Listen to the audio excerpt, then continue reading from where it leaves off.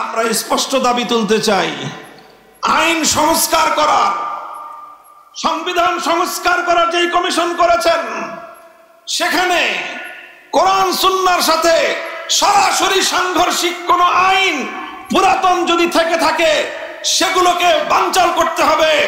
নতুন করে কোরআন সুন্নাহর সাথে সাংঘর্ষিক কোন আইন যদি বাংলাদেশে বাস্তবায়ন করার চেষ্টা করা হয়, শাপলা চত্বর হবে, আবার শাপলা চত্বর হবে।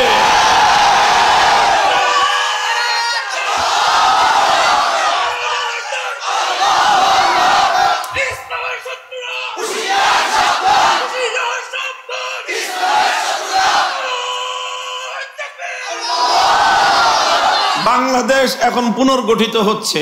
কি হচ্ছে? পুনর্গঠিত হচ্ছে, রিফর্ম হচ্ছে। এই সময়ে যদি আমরা ঘুমায় থাকি আর আমাদের এই ঘুমের সুযোগ নিয়ে ইসলাম বিরোধী সেই ফ্যাসিবাদের দোসর যারা পকেটমার বলে কিলাইতে পকেটমারকে জনগণের হাত থেকে দূরে সরায় নিয়ে যায়, তারা নতুন অন্তর্বর্তীকালীন সরকারের মধ্যে অন্তর্ভুক্ত হয়ে আবার সেই ফ্যাসিবাদের কোরআন সুন্নাহ বিরোধী এক একটা ধারাকে বাংলাদেশের আইনের মধ্যে, সংবিধানের মধ্যে অন্তর্ভুক্ত করে এই পশ্চিমা অসভ্য বেহায়া ব্যভিচারের কালচার বাংলাদেশে যদি আমদানি করবার চেষ্টা করে, আপনারা এখন থেকে সোচ্চার থাকেন, সজাগ থাকেন। কিন্তু অত্যন্ত দুঃখ এবং পরিতাপের বিষয় হলো এই শিক্ষা ব্যবস্থা সংস্কারের জন্য যাদেরকে দায়িত্ব দেওয়া হয়েছে, এদের 10 জনের যেই কমিটি করেছে, 10 জনের মধ্যে অধিকাংশই হলো নাস্তিক এবং মুরতাদদের দোসর। এবং এরাই অতীতের ওই অত্যাচারী ফ্যাসিবাদকে দিয়ে আমাদের জাতির উপর, জাতির চিন্তা চেতনা, তাহজিব তামাদ্দুন, 1000 বছরের কৃষ্টি কালচারের বিরুদ্ধে গিয়ে হিন্দুয়ানি শিক্ষা ব্যবস্থা সমাজের মধ্যে, জাতীয় শিক্ষা ব্যবস্থা অন্তর্ভুক্ত করার পায়তারা চালিয়েছিল। এখন আবার তাদেরই ক্রীড়নক কিছু মানুষ আবার সেই একই খেলা শুরু করেছে জাতির সাথে, যে আবার সেই একই ধরনের শিক্ষা ব্যবস্থা, ইসলাম বিরোধী শিক্ষা ব্যবস্থা সমাজের উপর চাপিয়ে দেওয়ার পায়তারা চালাচ্ছে। কোন মুসলিম নারীর জন্য কোন আহলে কিতাব পুরুষের কাছে বিবাহ বন্ধন বৈধ রাখে নাই। আন্তঃধর্মীয় বিবাহ বৈধতার নাম দিয়ে যদি কেউ ইসলাম যেই বিবাহকে বৈধ রাখে নাই, ওই ধরনের সম্পর্ককে বিবাহ নাম দিয়ে কেউ যদি দাম্পত্য সম্পর্ক করতে চায়, এটা কোনোদিন বৈধ দাম্পত্য হবে না, এটা প্রত্যেকটা কার্যকলাপ হবে ব্যভিচার। শেখ হাসিনার ভাগ্নি টিউলিপ একটা খ্রিস্টান ছেলেকে বিয়ে করছে। ইসলাম ধর্ম অনুযায়ী সম্পূর্ণ হারাম, তাদের প্রতিটা সম্পর্ক ব্যভিচার। এটার মধ্যে ভিন্ন কোনো ব্যাখ্যার কোনো সুযোগ নাই। এই ধরনের আন্তঃধর্মীয় বিবাহের নামে ব্যভিচারকে সমাজে বৈধতা দেওয়া হচ্ছে। আরেকদিকে ইসলাম সমর্থিত, ইসলাম প্রবর্তিত, ইসলাম অনুসৃত যেই সুন্নতের বিবাহ, ইসলাম মেয়েদের একটু অল্প বয়সে প্রয়োজনের ক্ষেত্রে বিবাহকে উৎসাহিত করেছে।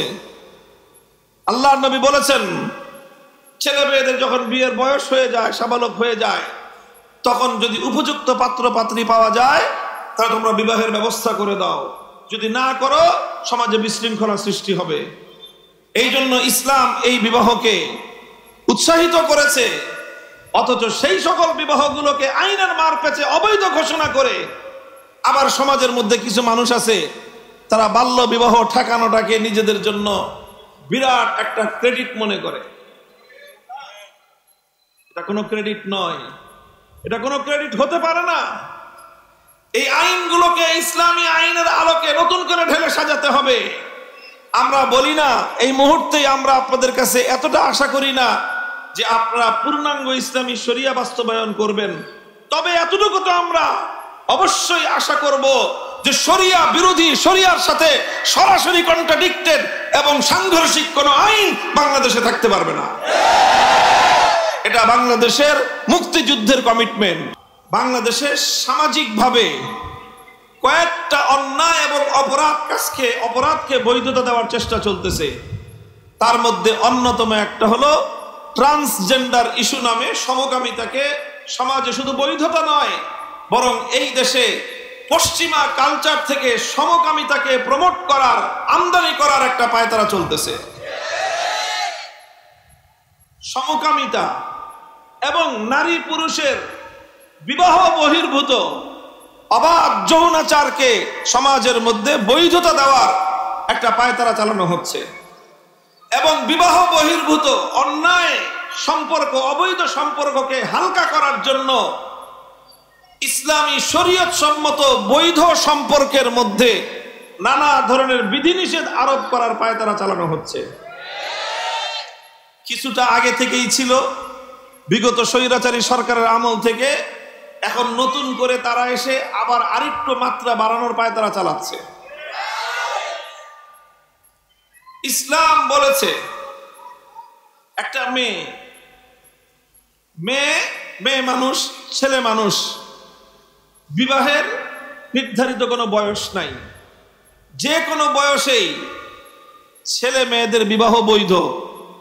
ইসলাম বিবাহ বৈধ হওয়ার জন্য কোনো বয়সকে ম্যান্ডেটরি করে নাই।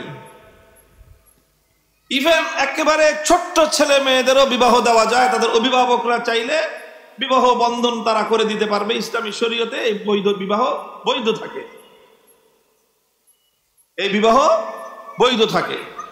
কিন্তু আমাদের দেশের বর্তমান প্রচলিত আইন অনুযায়ী, এই আইন আরো আগে থেকেই চলতেছে, এনারা আরো নতুন করে এটার উপরে সরকারিভাবে আইনের মাত্রা আরো বাড়ানোর চেষ্টা চালাচ্ছে। এই আইন অনুযায়ী 18 বছরের আগে কোনো মেয়েকে যদি বিবাহ দেয়, এটাকে তারা নাম রাখছে বাল্য বিবাহ। বাল্য বিবাহটাকে তারা অবৈধ করেছে এবং এই বাল্য বিবাহের মাধ্যমে ইসলামী শরীয়ত সম্মত যেটাকে স্বামী স্ত্রীর বৈধ সম্পর্ক সাব্যস্ত করেছে, তাদের বানানো আইন সেই স্বামী স্ত্রীর বৈধ মিলনকে তারা ধর্ষণ বলে আখ্যায়িত করে। একটা আরেকটার নাম দিয়েছে তারা বৈবাহিক ধর্ষণ। কি নাম দিয়েছে? বৈবাহিক ধর্ষণ। মানে বিবাহ বন্ধনে আবদ্ধ হয়েছে, স্বামী স্ত্রীর দাম্পত্য সম্পর্ক হয়েছে, এখন কোন সময় স্বামী স্ত্রীর মধ্যে কোনো কারণে যদি কলহ হয়, এখন স্ত্রী যদি বলে যে আমার মতের বিরুদ্ধে বা আমার মতের বাইরে তিনি আমার সঙ্গে শারীরিক সম্পর্ক করেছেন, তাহলে এই স্ত্রীর দ্বারা স্বামীর বিরুদ্ধে ধর্ষণের মামলা তারা নিবে। আরো ভয়ঙ্কর বিষয় নতুন যেটা মাত্রা শুরু করেছে, জোরপূর্বক গর্ভধারণ। জোরপূর্বক গর্ভধারণ নামে নতুন আর্টিকেল সংযোগ করে এটাকে মানবতা বিরোধী অপরাধ বলে আখ্যায়িত করার একটা পায়তারা চলছে। জোরপূর্বক গর্ভধারণ মানে কি? মানে হলো যে স্বামী স্ত্রীর সম্পর্কের মাধ্যমে স্ত্রীর গর্ভে সন্তান আসতেই পারে, আসবে, স্বাভাবিক এটা। কোনো কারণে পরবর্তীতে যদি স্বামী স্ত্রীর মধ্যে কোনো রকম মনোমালিন্য হয়ে যায়, অথবা কোনো স্ত্রী চাচ্ছে না এই মুহূর্তে সে সন্তান নিতে, কিন্তু স্বামীর চাপাচাপিতে পিড়াপিড়িতে তার গর্ভে সন্তান চলে আসলো, তাহলে এই নারী যদি আদালতের শরণাপন্ন হয়, এমন আইন তারা করতেছে, তাহলে এই স্বামীর বিরুদ্ধে একদিকে ধর্ষণের মামলা হবে, আরেকদিকে তার বিরুদ্ধে মানবতা বিরোধী, জোর করে তুমি আরেকজনের গর্ভে সন্তান দিলা কেন, এটার বিরুদ্ধে স্বামীর বিরুদ্ধে মামলা হবে। দেখেন, এইভাবে এগুলো আমাদের হাজার বছরের ঐতিহ্য, হাজার বছরের ঐতিহ্য। আল্লাহ রসুল সাল্লাল্লাহু আলাইহি ওয়াসাল্লাম আয়েশা সিদ্দিকা রাদিয়াল্লাহু আনহাকে যখন বিয়ে করেছেন, আমাদের আম্মা জানের বয়স ছিল তখন মাত্র 6 বছর। নবীজি মা আয়েশাকে তুলিয়ে নিজের ঘরে উঠিয়ে নিয়েছেন, তখন ওনার বয়স ছিল 9 বছর এবং তিনি আল্লাহর নবীর সঙ্গে সংসার করেছেন 9 বছর। নবীজি যখন ইন্তেকাল করেছেন, মা আয়েশা বিধবা হয়েছেন, তখন ওনার বয়স 18 বছর। এই প্রচলিত অভিশপ্ত আইন, এই প্রচলিত অভিশপ্ত আইন, এই আইন কত ভয়ঙ্কর! কেউ যদি 13 বছর, 14 বছর, 15 বছর, 16 বছর, 17 বছরের কোনো মেয়েকেও বিয়ে করে, তাহলে এই আইন বলে যে সে তার সঙ্গে ধর্ষণ করতেছে। হযরত রাসূল সাল্লাল্লাহু আলাইহি ওয়াসাল্লামের প্রিয়তমা স্ত্রী, আল্লাহর নবীর পবিত্র স্ত্রী আবু বকর সিদ্দিক রাদিয়াল্লাহু তাআলা আনহুর কন্যা, মুমিন জননী, আমাদের মা হযরত আয়েশা সিদ্দিকা রাদিয়াল্লাহু আনহা, তার ব্যাপারে মদিনার মুনাফিকরা একটা ষড়যন্ত্রের জাল বুনেছিল। ওনার বিরুদ্ধে মিথ্যা অপবাদ, ওনার চরিত্রের উপর কালিমা লেপন করার একটা দুরভিসন্ধি এঁটেছিল মুনাফিকগণ, মুনাফিক সমাজ, এবং এর নেতৃত্বে ছিল তৎকালীন সময়ে রাইসুল মুনাফিকিন, মুনাফিক সর্দার আব্দুল্লাহ ইবনে উবাই ইবনে সুলুল। লম্বা ঘটনা। এক যুদ্ধ থেকে ফেরার পথে রাসূল সাল্লাল্লাহু আলাইহি ওয়াসাল্লামের সেই সফরে আম্মাজান আয়েশা সিদ্দিকা রাদিয়াল্লাহু আনহাও নবীজির সফর সঙ্গী ছিলেন। তিনি একটা উটের পিঠে আরোহণ করতেন, উটের উপর একটা পালকি থাকত, সেই পালকিতে উনি আরোহণ করতেন, এবং সেই পালকিটা যখন সফর চলত উটের উপরে থাকত। যখন কোথাও যাত্রা বিরতি হতো পালকিটা উটের পিঠ থেকে মাটিতে নামায় রাখা হতো, উনি সেই পালকি থেকে নেমে নিজের প্রয়োজন পূরণ করতেন। আবার যখন যাত্রা শুরু হবে তিনি পালকিতে উঠে গিয়ে বসতেন। 4 জনের দায়িত্ব ছিল, তারা এসে পালকিটা ধরে উটের উপরে উঠায় দিত। তো একদিন সফরের ফিরতি পথে রাত গভীরে যখন যাত্রা বিরতি হলো, সবাই যার যার মতো ওযু ইস্তেনজা সেরে ঘোষণা হলো যে কিছুক্ষণের মধ্যেই কাফেলা যাত্রা শুরু করবে, সবাই প্রস্তুত হয়ে নেন। আম্মাজান আয়েশা রাদিয়াল্লাহু আনহা তিনিও প্রয়োজন সেরে প্রস্তুত হওয়ার জন্য গেলেন। তো সেখানে গিয়ে ওনার গলার হার, এটা তিনি হারিয়ে ফেললেন, গলার হার খুঁজে পান না। তো গলার হার তালাশ করতে করতে দেরি হয়ে গেছে। তো দেরি হয়ে যাওয়াতে যখন যাত্রার সময় হয়ে গেছে, যাদের দায়িত্ব ছিল পালকি উটের পিঠে দেওয়ার, তারা এসে মনে করছে যে ঘরের এই পালকির ভিতরে আম্মাজান আছেন, এটা মনে করে তারা 4 জন পালকি ধরে উটের উপরে উঠে দিয়েছে। উনি যে আসেন নাই এখনো, এটা তাদের আর বুঝে আসে নাই, তারা টের পায় নাই। তো কাফেলা যাত্রা করে ফেলছে। তো হযরত আয়েশা রাদিয়াল্লাহু আনহা অনেকক্ষণ পরে যখন ওই হার পেয়েছেন, হারটা পাওয়ার পরে উনি ফিরে আসছেন, এসে দেখেন যে কেউ নাই, পুরা কাফেলা চলে গেছে। যখন পুরা কাফেলা চলে গেছে তখন তিনি কি করবেন? আর এই মরুভূমির মাঝখানে কোথায় দৌড়াইবেন, কোথায় যাবেন? তো উনি ওখানে অপেক্ষা করতেছিলেন যে একটা কিছু তো হবে। রাসূল সাল্লাল্লাহু আলাইহি ওয়াসাল্লাম যখন রাস্তার মধ্যখানে গিয়ে পালকিতে খুঁজে দেখবেন যে আয়েশা নাই, তখন তো আমার খুঁজতে আমাকে আবার আসবেন। আমি যদি দৌড়াইতে থাকি, কিছুক্ষণ পর আল্লাহর নবী আমাকে খুঁজতে থাকবেন, আমি একদিকে দৌড়াইবো, তিনি আরেক দিকে খুঁজবেন, তো পেরেশানি বাড়বে। তো আমি আমার জায়গায় অপেক্ষা করি, নবীজি একটু পরে যখন আমার খোঁজ পাবেন না, তখন আমাকে তিনি তালাশ করতে করতে আবার ফিরে আসবেন পিছন দিকে। তো এইভাবে তিনি ওখানে অপেক্ষা করতেছিলেন। এর মধ্যে পিছন থেকে একজন সাহাবী, যাকে আল্লাহ রাসূল সাল্লাল্লাহু আলাইহি ওয়াসাল্লাম দায়িত্ব দিয়েছিলেন যে তিনি পিছনে পিছনে আসবেন, যাতে কাফেলার কেউ কিছু ফেলে রেখে গেলে সে যেন সেটাকে তুলে আনতে পারে। তো ইনি এসে দেখলেন যে এখানে একজন মহিলা। দূর থেকে তিনি তার কাপড় চোপড় দেখেই চিনতে পারলেন যে ইনি তো আম্মাজান আয়েশা রাদিয়াল্লাহু আনহা। তো বাস তিনি বুঝতে পারলেন যে কোনো দুর্ঘটনা ঘটছে, কাফেলা কেউ নাই, উনি একা এখানে। বুঝতে পারলেন যে কোনো কারণে উনি কাফেলার পিছনে পড়ে গেছেন। তখন তিনি এসে ইন্না লিল্লাহি বলে ওনাকে সতর্ক করলেন আর উটটাকে বসায় দিলেন। আম্মাজান উটের উপরে আরোহণ করলেন, উনি উটটাকে টেনে টেনে নিয়ে কাফেলা পর্যন্ত পৌঁছে গেলেন।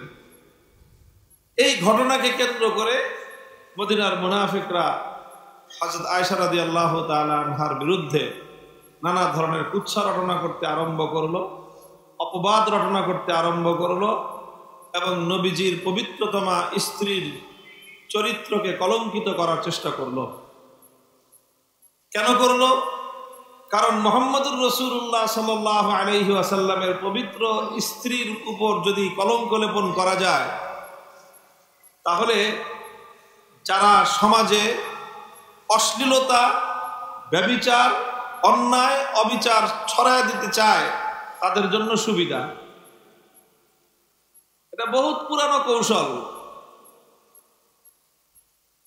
এই ঘটনা আল্লাহ পাক রব্বুল আলামিন কোরআনে পাকের মধ্যে সবিস্তারে আলোচনা করেছেন। সেই জায়গার ছোট্ট একটু আয়াতের অংশ আমি তেলাওয়াত করেছি আপনাদের সামনে। উদ্দেশ্য হলো আমাদের সমাজের বর্তমান একটা খুব গুরুত্বপূর্ণ স্পর্শকাতর একটা বিষয়ের দিকে সমাজকে, জাতিকে সতর্ক করা। আল্লাহ বলেন, ইন্নাল্লাযীনা ইউহিব্বুনা আন তাশিআল ফাহিশাতু ফিল্লাযীনা আমানু লাহুম আযাবুন আলীমুন ফিদ দুনিয়া ওয়াল আখিরাহ। যারা এই ঘটনার সাথে যারা জড়িত, এই ঘটনার সাথে যারা জড়িত, যারা মুমিনদের জননী আয়েশা রাদিয়াল্লাহু আনহার চরিত্রের উপর কালিমা লেপন করার চেষ্টা করেছে, মিথ্যা অপবাদ দিয়েছে, তাদের আসলে উদ্দেশ্যটা কি? কেন তারা এই কাজ করলো? তারা একদিকে আল্লাহর নবী মুহাম্মদুর রাসূলুল্লাহ সাল্লাল্লাহু আলাইহি ওয়াসাল্লামকে আঘাত করতে চায়, তারা আল্লাহর নবীর পরিবারকে আঘাত করতে চায়, আর তারা নবীকে আঘাত করে, নবীর পরিবারকে আঘাত করে তারা মুসলমানদের সমাজে অশ্লীলতা, ব্যভিচার সহ অন্যায় এবং অশ্লীল কাজকর্ম, ফাহেশা কাজকর্ম মুসলমানদের সমাজের মধ্যে ছড়িয়ে দিতে চায়। এই কথাটা মনে রাখবেন। এটা একটা সূত্র, এটা একটা সূত্র, এটা একটা কৌশল। বিভিন্ন অপকৌশলের ক্ষেত্রে এটা প্রয়োগ করে। আপনারা ঢাকার মানুষ খুব ভালো করে বুঝবেন, এখনো আছে গুলিস্তান, নানা কারণে প্রসিদ্ধ। তার মধ্যে অন্যতম একটা হলো পকেটমারির কারণে গুলিস্তান প্রসিদ্ধ। আরে পকেটমার তো পকেটমার, মানে গাড়ি নিয়ে যাবেন, চলন্ত গাড়ি, আপনি গাড়ির ভিতরে বসা, হুট করে দেখবেন একজন এসে গাড়ির লুকিং গ্লাসটা টান দিয়ে ভেঙে নিয়ে দৌড় দিছে। আপনি তাকায় থাকবেন, করার কিছু নাই। মোবাইলে কথা বলতেছেন, গাড়ির বাসের পাশের সিটে বসা, হুট করে একজন এসা থামা মেরে দিয়ে নিয়ে হাইটা চলে যেতেছে। আপনার গাড়ির ভিতর থেকে তাকায় তাকায় দেখা ছাড়া কোনো উপায় নেই। তো এখানে বিরাট সিন্ডিকেট থাকে, পকেট মারদের, ছিনতাইকারীদের বিরাট সিন্ডিকেট সব এলাকাতেই থাকে। তবে গুলিস্তান এলাকাকে কেন্দ্র করে এইসব সিন্ডিকেটদের দৌরাত্ম্য এটা সকলেই জানে এবং এটা খুবই ভয়ঙ্কর গ্যাং এরা। তো যখন পাবলিকের হাতে কোনো অনেক সময় পকেটমারি করতে গিয়ে অনেক পকেটমার ধরা পড়ে, পকেটমার ধরা পড়ে, ধরা পড়ার পরে তখন পাবলিক তো এর গণপিটুনি শুরু করে, কিলাকিলি শুরু করে। যাদের এক মাস আগে পকেটমারি হয়েছে ওর খুব রয়ে গেছে, রাগ আছে, পকেটমার ধরতে পারে নাই। আজকে যখন পকেটমার ধরা পড়ছে, ও আরেক বাসের থেকে নাইমা আইসা এই পকেটমারে কিলাইতে চায়। কথা ঠিক কিনা? তখন দেখা যায় যে এই পকেটমারের চারপাশে আরো কিছু লোক এসে জড়ো হয়। ওরা এসে এই পকেটমারে ঘুষাইতে থাকে, কিলাইতে থাকে, আর পকেটমারে একদিক থেকে একদিকে ধাক্কাইতে থাকে। ধাক্কাইতে ধাক্কাইতে ধাক্কাইতে ধাক্কাইতে পাবলিকের কাছ থেকে সরায় ওরে কিলাইতে কিলাইতে ওরে নিয়ে দৌড়ে ওরা পলায় যায়। পাবলিক অনেকক্ষণ পরে বুঝে যে আসলে চারপাশ দিয়ে যে দিয়ে ওরে কিলাইতেছিল এ সব হলো পকেটমারের দল। এরা ওরে কিলাইছে কে? ওরে কিলাইছে মারণের লেগে না, ওরে কিলাইছে পাবলিকের হাত থেকে বাঁচায় ওরে নিয়ে এখান থেকে পালানোর জন্য। ওরে আসলে ঘুষি মারে না, ভাব দেখায় ঘুষি মারতেছে, জোরে আওয়াজ করে কিন্তু শরীরের মধ্যে মারে আসতে। এইভাবে সমস্ত মানুষের চোখের মধ্যে ধুলা দিয়ে পকেট মারের সিন্ডিকেট, পকেট মারের চক্র তাদের সাথীদেরকে জনগণের রোষানল থেকে বাঁচায় এরা সব একসাথে পগার পার হয়ে যায়, পালায় চলে যায়। তো এই যে পকেট মাররা, তারাও কিন্তু কিছুক্ষণের জন্য দেখা যায় যে পকেট মারদেরকে কিলাইতেছে।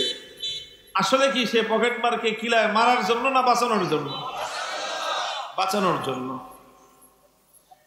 এইরকম এটা একটা কৌশল যে অপরাধীরা কিছুক্ষণের জন্য তারা অপরাধী চক্র আরেক অপরাধীদের বিরুদ্ধে কিছুটা অ্যাকশন নেয়। অনেক সময় উদ্দেশ্য থাকে অপরাধীকে শাস্তি দেওয়া নয়, বরং অপরাধীকে জনগণের মায়ের থেকে, পিটানি থেকে, গণপিটুনি থেকে রক্ষা করার জন্য। এই যে আপনার মদিনার মুনাফিকরা হযরত আয়েশা রাদিয়াল্লাহু তাআলা আনহার বিরুদ্ধে তার চরিত্রের উপর কালিমা লেপন করলো। কেন করছে? উদ্দেশ্য হলো সমাজকে, সমাজের চোখে ধুলি দিয়ে সমাজের মধ্যে ব্যভিচার, অশ্লীলতাকে সহনীয় করে তোলার জন্য, যেন এরা মানুষের কাছে এই কথা বলতে পারে, আরে নবীর পরিবারের ব্যাপারেই তো কথা আছে, কাজেই অশ্লীল কাজ, অন্যায় কাজ, বেহায়াপনা, ফাহেসা কাজ, ব্যভিচারের কাজ এটা তেমন কোনো গুরুতর অপরাধ না। মানুষের ভিতর থেকে এই অপরাধ প্রবণতা, এই অপরাধের সম্পর্কে মানুষের ঘৃণা এবং ক্ষোভ কমায় দেওয়ার জন্য তারা চক্রান্তমূলকভাবে সুকৌশলে পরিকল্পনা মাফিক আল্লাহর নবীর স্ত্রী হযরত আয়েশা রাদিয়াল্লাহু তাআলা আনহার বিরুদ্ধে এই অপবাদ রটনা করেছিল। মুহতারাম হাজিরিন,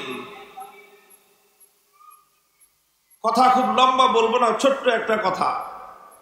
বর্তমানে আমরা বাংলাদেশে এমন একটা সময় অতিক্রম করতেছি, একটা স্থিতিশীল স্বস্তিজনক একটা অবস্থা এখন আমরা বিরাজমান। 15-16 বছর বিশেষ করে ধর্মপ্রাণ মানুষদের উপর দিয়ে যেই টর্নেডো, সাইক্লোন, ঝড়, তুফান, জুলুম, অত্যাচারের স্টিম রোলার পরিচালিত হয়েছে, সেটা আমরা জানি কতটা ভয়াবহ ছিল। এই জুলুমের ইতিহাসের বর্বরতম জুলুম, অত্যাচারের সম্মুখীন হয়েছে এদেশের ধর্মপ্রাণ মানুষগণ। বেশিরভাগ তাদের ধর্মীয় অধিকার থেকে তারা বঞ্চিত হয়েছিল।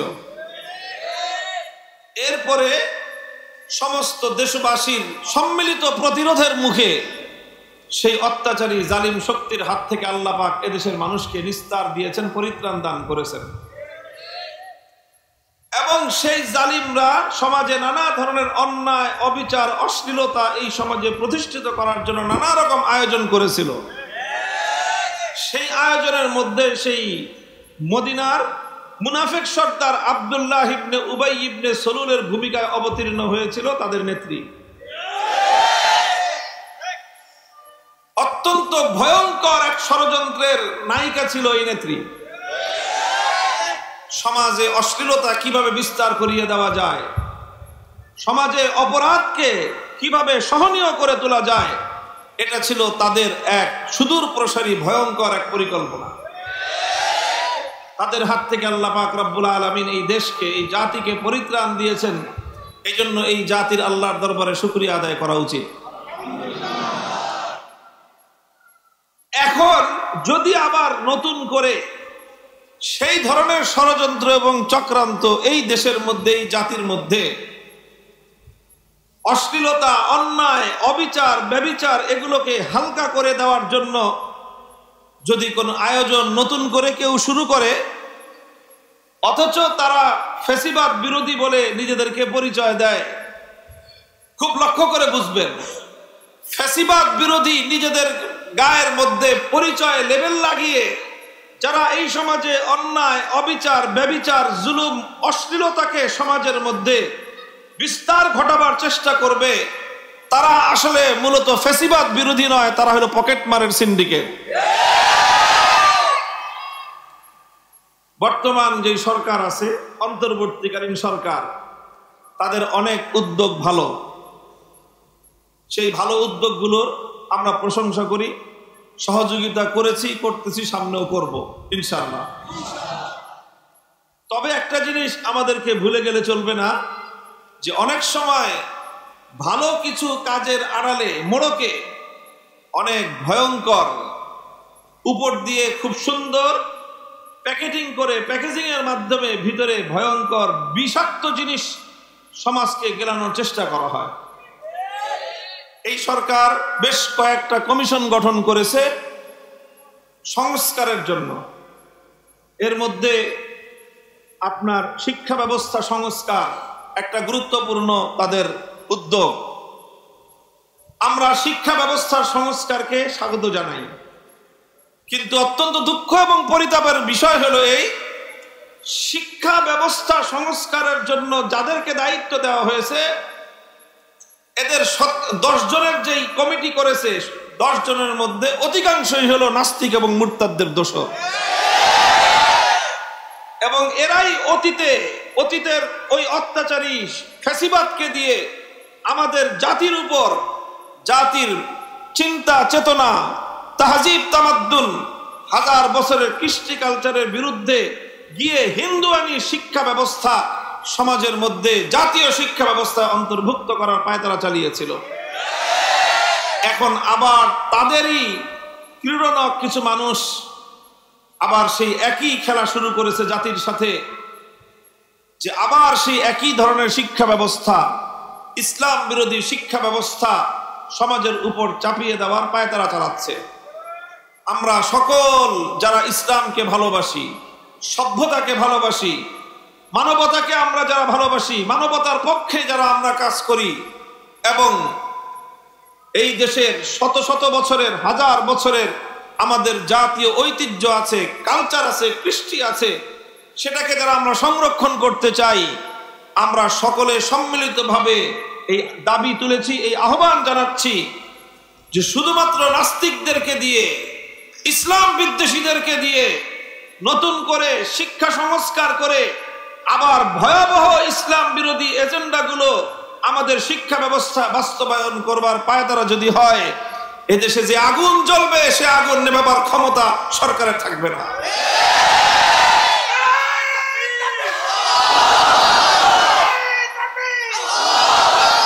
আমরা আমাদের সবসময়ের একটাই কথা, সবার সাথে সম্পর্ক ভালো আছে, ভালো থাকবে, কিন্তু ইসলাম বিক্রি করে কারো সঙ্গে পীড়িত আমরা করব না। ইসলামের স্বার্থ জলাঞ্জলি দিয়ে কারো সঙ্গে খাতির করব না। ইসলামের স্বার্থের বিরুদ্ধে যেই যাবে তার বিরুদ্ধে মাঠে নামতে আমরা এক মুহূর্ত বিলম্ব করব না। কাজেই আমি জানি আমার এই কথা কিছুক্ষণের মধ্যেই এই কথা প্রযুক্তির সাহায্যে হাজারো লাখো মানুষের কাছে চলে যাবে। আমি পয়গাম পৌঁছে দিচ্ছি আমরা, যে ইসলাম বিরোধী নতুন করে কোন শিক্ষা কারিকুলাম বাংলাদেশের মাটিতে যদি বাস্তবায়ন করার চেষ্টা করা হয়, তাহলে যে আগুন জ্বলবে সে আগুন নেভানোর ক্ষমতা অন্তত এই সরকারের থাকবে না। 1 নম্বর কথা। কাজেই যেই দাবি আমরা জানিয়েছি, আমরা বলি না যে 10 জন আলেমকে দিয়ে শিক্ষা কমিশন করেন, এটা বলি না। তবে আমরা এটা অবশ্যই বলি যে 10 জনের শিক্ষা কমিশন হবে, এদেশে একজন ইসলামী শিক্ষাবিদ সেখানে থাকবে না, সেই কমিশন বাংলাদেশের মুসলমানরা গ্রহণ করবে না। শিক্ষা কমিশন নিয়ে আজকে এতটুকু বললাম, এরপরে আমরা দেখব সামনে তাদের পদক্ষেপ কি হয়। আমরা সেটা দেখে আমাদের পরবর্তী পদক্ষেপ আমরা গ্রহণ করব। 2 নম্বর কথা, বাংলাদেশে সামাজিকভাবে কয়েকটা অন্যায় এবং অপরাধকে বৈধতা দেওয়ার চেষ্টা চলতেছে। তার মধ্যে অন্যতম একটা হলো ট্রান্সজেন্ডার ইস্যু নামে সমকামিতাকে সমাজে শুধু বৈধতা নয়, বরং এই দেশে পশ্চিমা কালচার থেকে সমকামিতাকে প্রমোট করার, আমদানি করার একটা পায়তারা চলতেছে। সমকামিতা এবং নারী পুরুষের বিবাহ বহির্ভূত অবাধ যৌনাচারকে সমাজের মধ্যে বৈধতা দেওয়ার একটা পায়তারা চালানো হচ্ছে এবং বিবাহ বহির্ভূত অন্যায় সম্পর্ক, অবৈধ সম্পর্ককে হালকা করার জন্য ইসলামী শরীয়ত সম্মত বৈধ সম্পর্কের মধ্যে নানা ধরনের বিধিনিষেধ আরোপ করার পায়তারা চালানো হচ্ছে। কিছুটা আগে থেকেই ছিল, বিগত স্বৈরাচারী সরকারের আমল থেকে। এখন নতুন করে তারা এসে আবার আরেকটু মাত্রা বাড়ানোর পায়তারা চালাচ্ছে। ইসলাম বলেছে একটা মেয়ে মানুষ, ছেলে মানুষ, বিবাহের নির্ধারিত কোনো বয়স নাই। যে কোনো বয়সেই ছেলে মেয়েদের বিবাহ বৈধ। ইসলাম বিবাহ বৈধ হওয়ার জন্য কোনো বয়সকে ম্যান্ডেটরি করে নাই। ইভেন একেবারে ছোট্ট ছেলে মেয়েদেরও বিবাহ দেওয়া যায়, তাদের অভিভাবকরা চাইলে বিবাহ বন্ধন তারা করে দিতে পারবে। ইসলামী শরীয়তে এই বৈধ বিবাহ বৈধ থাকে, এই বিবাহ বৈধ থাকে। কিন্তু আমাদের দেশের বর্তমান প্রচলিত আইন অনুযায়ী এই আইন আরো আগে থেকেই চলতেছে। এনারা আরো নতুন করে এটার উপরে সরকারিভাবে আইনের মাত্রা আরো বাড়ানোর চেষ্টা চালাচ্ছে। এই আইন অনুযায়ী 18 বছরের আগে কোনো মেয়েকে যদি বিবাহ দেয়, এটাকে তারা নাম রাখছে বাল্য বিবাহ। বাল্য বিবাহটাকে তারা অবৈধ করেছে এবং এই বাল্য বিবাহের মাধ্যমে ইসলামী শরীয়ত সম্মত যেটাকে স্বামী স্ত্রীর বৈধ সম্পর্ক সাব্যস্ত করেছে, তাদের বানানো আইন সেই স্বামী স্ত্রীর বৈধ মিলনকে তারা ধর্ষণ বলে আখ্যায়িত করে। একটা আরেকটার নাম দিয়েছে তারা বৈবাহিক ধর্ষণ। কি নাম দিয়েছে? বৈবাহিক ধর্ষণ। মানে বিবাহ বন্ধনে আবদ্ধ হয়েছে, স্বামী স্ত্রীর দাম্পত্য সম্পর্ক হয়েছে, এখন কোন সময় স্বামী স্ত্রীর মধ্যে কোনো কারণে যদি কলহ হয়, এখন স্ত্রী যদি বলে যে আমার মতের বিরুদ্ধে বা আমার মতের বাইরে তিনি আমার সঙ্গে শারীরিক সম্পর্ক করেছেন, তাহলে এই স্ত্রীর দ্বারা স্বামীর বিরুদ্ধে ধর্ষণের মামলা তারা নিবে। আরো ভয়ঙ্কর বিষয় নতুন যেটা মাত্রা শুরু করেছে, জোরপূর্বক গর্ভধারণ। জোরপূর্বক গর্ভধারণ নামে নতুন আর্টিকেল সংযোগ করে এটাকে মানবতা বিরোধী অপরাধ বলে আখ্যায়িত করার একটা পায়তারা চলছে। জোরপূর্বক গর্ভধারণ মানে কি? মানে হলো যে স্বামী স্ত্রীর সম্পর্কের মাধ্যমে স্ত্রীর গর্ভে সন্তান আসতেই পারে, আসবে, স্বাভাবিক এটা। কোনো কারণে পরবর্তীতে যদি স্বামী স্ত্রীর মধ্যে কোনো রকম মনোমালিন্য হয়ে যায়, অথবা কোনো স্ত্রী চাচ্ছে না এই মুহূর্তে সে সন্তান নিতে, কিন্তু স্বামীর চাপাচাপিতে পিড়াপিড়িতে তার গর্ভে সন্তান চলে আসলো, তাহলে এই নারী যদি আদালতের শরণাপন্ন হয়, এমন আইন তারা করতেছে, তাহলে এই স্বামীর বিরুদ্ধে একদিকে ধর্ষণের মামলা হবে, আরেকদিকে তার বিরুদ্ধে মানবতা বিরোধী, জোর করে তুমি আরেকজনের গর্ভে সন্তান দিলা কেন, এটার বিরুদ্ধে স্বামীর বিরুদ্ধে মামলা হবে।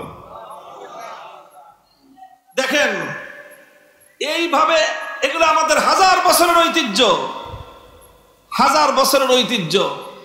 আল্লাহ রসুল সাল্লাল্লাহু আলাইহি ওয়াসাল্লাম আয়েশা সিদ্দিকা রাদিয়াল্লাহু আনহাকে যখন বিয়ে করেছেন, আমাদের আম্মা জানের বয়স ছিল তখন মাত্র 6 বছর। নবীজি মা আয়েশাকে তুলিয়ে নিজের ঘরে উঠিয়ে নিয়েছেন, তখন ওনার বয়স ছিল 9 বছর এবং তিনি আল্লাহর নবীর সঙ্গে সংসার করেছেন 9 বছর। নবীজি যখন ইন্তেকাল করেছেন, মা আয়েশা বিধবা হয়েছেন, তখন ওনার বয়স 18 বছর।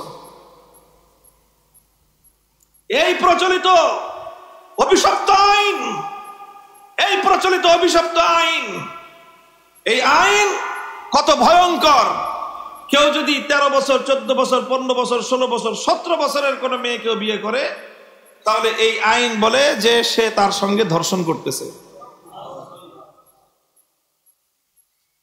দৃষ্টান্ত হিসেবে বলতে হয়, এই যে এই সমস্ত আইনের যারা মূল করে গেছে, এগুলো তাদের মরহুম নেতা বঙ্গবন্ধু শেখ মুজিবুর রহমান সাহেব, ওনার স্ত্রীর নাম ফজিলতুন্নেসা মুজিব, যখন বিয়ে করছে বয়স তখন 14 বছর।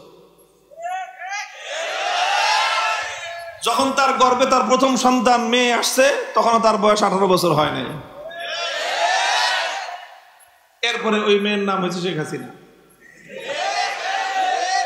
এখন হিসাব করে দেখেন, এগুলো যদি আমি বলতে যাই কি কি শব্দ দিয়ে প্রচলিত আইন অনুযায়ী আখ্যায়িত করতে হয়, তার ওই বিবাহটা কি হয় এই আইন অনুযায়ী, আর তার স্ত্রীর সঙ্গে তার সম্পর্কের কি পরিণাম দাঁড়ায়, আর ওই সম্পর্কের দ্বারা যে সন্তান জন্ম নিয়েছে ওই সন্তানের পরিচয় কি দাঁড়ায়। আমরা এগুলোকে বলতেছি ইসলামের দৃষ্টিকোণ থেকে কোনো সমস্যা নাই, কিন্তু মুসলমানদের দেশে এই সমস্ত আইন কেন করা হয়? নতুন করে এই আইনের মধ্যে জোরপূর্বক গর্ভধারণ, বৈবাহিক ধর্ষণ ইত্যাদি এই সমস্ত জিনিসকে, এগুলোকে আইনের মধ্যে অন্তর্ভুক্ত করে এগুলোকে মানবতা বিরোধী আইন সাব্যস্ত করে, মানবতা বিরোধী অপরাধ সাব্যস্ত করে এক সমাজের মধ্যে ভয়ঙ্কর ইসলাম বিরোধী অপতৎপরতা, সমাজটাকে ইসলামী ধারা থেকে সরিয়ে দিয়ে যাওয়ার জন্য পশ্চিমা নগ্ন অসভ্য কালচার এই সমাজে বাস্তবায়ন করার এক দুর্বিসন্ধি চলতেছে। আমরা স্বৈরাচারী ফ্যাসিবাদের বিরুদ্ধে অন্তর্বর্তীকালীন সরকারকে সমর্থন দিচ্ছি। ওনারা বিভিন্ন এনজিও সংস্থাগুলোকে এবং এনজিওদের প্রতিনিধিদেরকে নিয়েই বেশিরভাগ অন্তর্বর্তীকালীন সরকারের অনেকগুলো এনজিওর প্রধানদেরকে এই অন্তর্বর্তীকালীন সরকারের উপদেষ্টা পরিষদে অন্তর্ভুক্ত করেছেন। আমরা কিছু বলি নাই। এনজিওরা অর্থনৈতিক কিছু কর্মতৎপরতা পরিচালনা করে, সেটার বিরুদ্ধে আমাদের কোনো কথা নাই, বার্তা নাই। অর্থনীতির উন্নতিতে যারা অবদান রাখে, ভূমিকা রাখে, আমরা তাদেরকে সহযোগিতা করি, আমরা এটাকে স্বাগত জানাই। কিন্তু অর্থনৈতিক উন্নতির আড়ালে আমার সমাজে সমকামিতাকে বৈধতা দেওয়ার চেষ্টা করা হবে, বৈবাহিক ধর্ষণের নাম আখ্যায়িত করে ঘরে ঘরে দিনদার স্বামী স্ত্রীর সম্পর্ককে ধর্ষণ নামে আখ্যায়িত করে সমাজে অবৈধ ব্যভিচারকে বৈধতা দেওয়ার সার্টিফিকেট দেওয়ার অধিকার আমরা কাউকে দেব না। মুহতারাম হাজিরিন, ব্যাপারটা খুবই ভয়াবহ। ইসলাম ধর্ম পরিষ্কার বলেছে, কোন মুসলিম নারী কোন অমুসলিম পুরুষকে বিবাহ করতে পারবে না।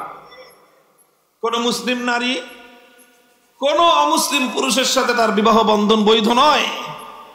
হ্যাঁ, মুসলিম পুরুষ অমুসলিম নারী বলতে যদি আহলে কিতাব হয়, কোরআনের পূর্ববর্তী আসমানি অন্য কোন কিতাবের যদি অনুসারী হয়ে থাকে, কিন্তু সে কোরআনের উপর ঈমান আনে নাই, যার কারণে সে ঈমানদার না, মুমিন না, মুসলমান না, কিন্তু পূর্ববর্তী অন্য কোন আসমানি কিতাব মানে, এই ধরনের আহলে কিতাব মেয়েদেরকে বিয়ে করার বৈধতা ইসলাম রেখেছে।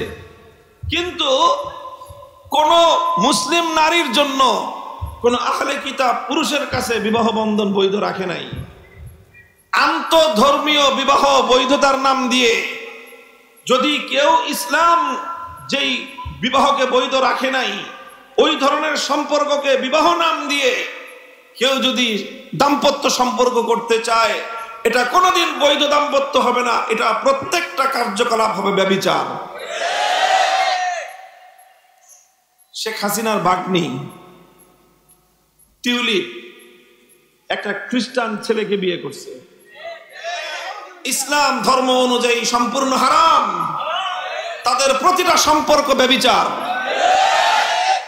এটার মধ্যে ভিন্ন কোনো ব্যাখ্যার কোনো সুযোগ নাই। এই ধরনের আন্তঃধর্মীয় বিবাহের নামে ব্যভিচারকে সমাজে বৈধতা দেওয়া হচ্ছে, আরেকদিকে ইসলাম সমর্থিত, ইসলাম প্রবর্তিত, ইসলাম অনুসৃত যেই সুন্নতের বিবাহ, ইসলাম মেয়েদের একটু অল্প বয়সে প্রয়োজনের ক্ষেত্রে বিবাহকে উৎসাহিত করেছে।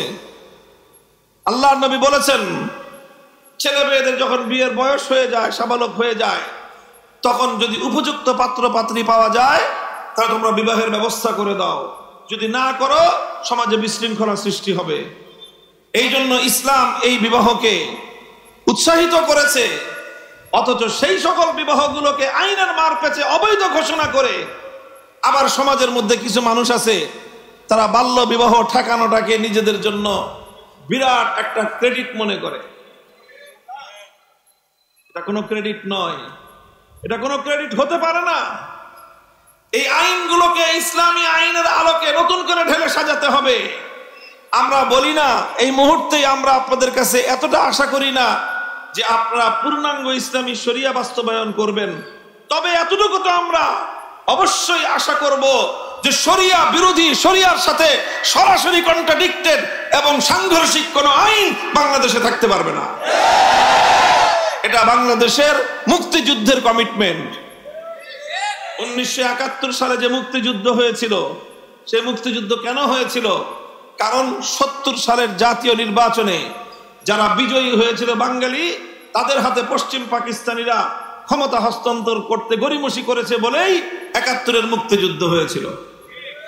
70-এর জাতীয় নির্বাচনে দেশের মানুষ ভোট দিয়েছিল বাঙালি প্রতিনিধিদেরকে। কেন দিয়েছিল? তাদের কিছু কমিটমেন্ট ছিল, তাদের কিছু অঙ্গীকার ছিল। সেই সকল অঙ্গীকারের মধ্যে একটা অঙ্গীকার ছিল, পাশ করতে পারলে, তারা নির্বাচিত হতে পারলে দেশে কোরআন সুন্নাহ বিরোধী কোনো আইন তৈরি করবে না। তাহলে সেই অঙ্গীকারের ভিত্তিতে 70-এর নির্বাচন হয় এবং তারা বিজয়ী হয়। আর সেই বিজয়ীদেরকে ক্ষমতা হস্তান্তর না করার কারণে 71-এর মুক্তিযুদ্ধ হয়। কাজে এ কথা বলতে কোনো দ্বিধা নাই, বাংলাদেশের 71-এর মুক্তিযুদ্ধ হয়েছিল এই অঙ্গীকারের ভিত্তিতে যে এই জমিনে কোরআন সুন্নাহ বিরোধী কোনো আইন তৈরি হবে না।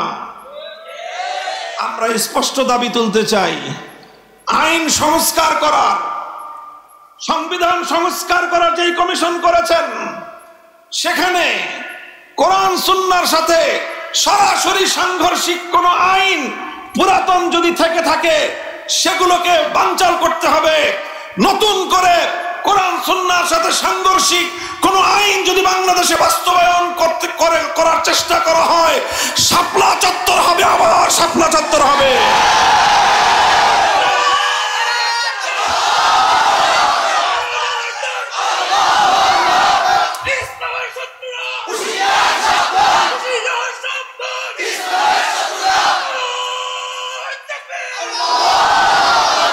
বাংলাদেশ এখন পুনর্গঠিত হচ্ছে। কি হচ্ছে? পুনর্গঠিত হচ্ছে, রিফর্ম হচ্ছে। এই সময়ে যদি আমরা ঘুমায় থাকি আর আমাদের এই ঘুমের সুযোগ নিয়ে ইসলাম বিরোধী সেই ফ্যাসিবাদের দোসর যারা পকেটমার বলে কিলাইতে পকেটমারকে জনগণের হাত থেকে দূরে সরায় নিয়ে যায়, তারা নতুন অন্তর্বর্তীকালীন সরকারের মধ্যে অন্তর্ভুক্ত হয়ে আবার সেই ফ্যাসিবাদের কোরআন সুন্নাহ বিরোধী এক একটা ধারাকে বাংলাদেশের আইনের মধ্যে, সংবিধানের মধ্যে অন্তর্ভুক্ত করে এই পশ্চিমা অসভ্য বেহায়া ব্যভিচারের কালচার বাংলাদেশে যদি আমদানি করবার চেষ্টা করে, আপনারা এখন থেকে সোচ্চার থাকেন, সজাগ থাকেন। আমি আলেম ওলামাদেরকে বলবো, এই সিজনে ওয়াজ করবেন সব এই বিষয়বস্তু নিয়ে, জনগণকে সতর্ক করেন। অনেক নসিহত করছি মানুষকে, নসিহত, বাপমার হক, নামাজ পড়ার ফজিলত, দান সদকা করার ফজিলত, এগুলো বলার আরো অনেক সময় পাবো ইনশাল্লাহ। এখন যেটা বেশি জরুরি সেটা হলো যে রিফরমেশনের নামে, সংস্কারের নামে, পুনর্গঠনের নামে যদি আরো নতুন করে কোরআন সুন্নাহ বিরোধী, শরিয়া বিরোধী কোন আইন, কোন নীতিমালা, কোন কালচার বাংলাদেশে আমদানি করার, বাংলাদেশের আইন এবং বিচার ব্যবস্থায়, সংবিধানের মধ্যে এগুলো অন্তর্ভুক্ত করে দেয়ার, বিচারের মধ্যে, আইনের ধারা উপধারার মধ্যে এগুলো অন্তর্ভুক্ত করে দেয়ার যেই সকল পায়তারাগুলো চলছে, এগুলোর ব্যাপারে জনগণকে সোচ্চার করে এগুলোকে রুখে দাঁড়াতে হবে আমাদের। একটা বছর যদি আমরা এই ব্যাপারে সোচ্চার থাকি, 100 বছরের জন্য বাংলাদেশের জাতি নিরাপদ হয়ে যাবে। আর এই 1 বছর যদি আমরা ঘুমায় থাকি, 100 বছর লক্ষ প্রাণের বিনিময়েও আমরা আর এই দেশকে, এই জাতিকে এই অভিশাপ থেকে মুক্ত করতে পারবো না। আমি 2টা বিষয়ে আপনাদের কাছে উপস্থাপন করলাম। একটা হলো শিক্ষা কমিশনের মাধ্যমে নতুন করে আবার নাস্তিক, মুরতাদ, ইসলাম বিদ্বেষী যে সমস্ত শিক্ষাবিদদের নামে কুলাঙ্গারদেরকে শিক্ষা কমিশনে অন্তর্ভুক্ত করা হয়েছে, তাদের মাধ্যমে সেই পশ্চিমা এজেন্ডা বাস্তবায়ন করে বাংলাদেশটাকে ধর্মবিদ্বেষী একটি শিক্ষা ব্যবস্থায় আমাদের প্রজন্মকে গড়ে তোলার পায়তারা, এটা বরদাস্ত করার কোনো সুযোগ নাই। আর একদিকে হলো এইভাবে সমাজের মধ্যে অন্যায়, সমকামিতা, বেহায়াপনা, অশ্লীলতা, জেনা, ব্যভিচারকে ব্যাপক করে দেওয়ার জন্য ইসলামী সমাজ ব্যবস্থার বৈবাহিক ব্যবস্থা, বৈবাহিক যে নিয়ম নীতি, বৈবাহিক যে কালচার, সেই সবগুলোর বিরুদ্ধে একটা একটা করে বিধিনিষেধ আরোপ করে সমাজটাকে প্রতি দুর্গন্ধময় একটা সমাজে পরিণত করবার চলমান এই পায়তারাকে এখনই রুখে দিতে হবে। আলেম ওলামা, আপনারা এই সকল বিষয়ে জাতিকে সতর্ক করেন, সোচ্চার করেন। কান্নাকাটি, হাসাহাসি করার অনেক সময় পাবো, কান্নার ওয়াজ, হাসির ওয়াজ অনেক সময় পাওয়া যাবে বেঁচে থাকলে, কিন্তু এখন পুনর্গঠনের সময়, সংস্কারের সময়। এখন যেন আমাদের অবহেলার সুযোগ নিয়ে, আমাদের গাফলতির সুযোগ নিয়ে এই ধরনের কোনো ভয়াবহ অপতৎপরতা আমার দেশে যেন নতুন করে কেউ চালাতে না পারে, এই ব্যাপারে আমাদেরকে ঐতিহাসিক ভূমিকা পালন করতে হবে ইনশাআল্লাহ। আমি আপনাদেরকে ইমানি দায়িত্ব মনে করে কথাগুলি বললাম, আপনারা এই ব্যাপারে সজাগ থাকবেন। আল্লাহ রাব্বুল আলামিন আপনাদেরকে তৌফিক দান করুন। আমাদের সকলকে একটি সুন্দর বাংলাদেশ, যে বাংলাদেশে ইসলাম আরো বেশিভাবে পালিত হবে, ইসলামী অনুশাসন আরো সুন্দরভাবে অনুসৃত হবে, এমন একটি দেশ জাতি গড়ার প্রত্যয় এবং তার জন্য আশাবাদ ব্যক্ত করে কথা শেষ করলাম। ওয়া আখিরু দাওয়ানা আলহামদুলিল্লাহি রাব্বিল আলামিন। আসসালামু আলাইকুম ওয়া রাহমাতুল্লাহ।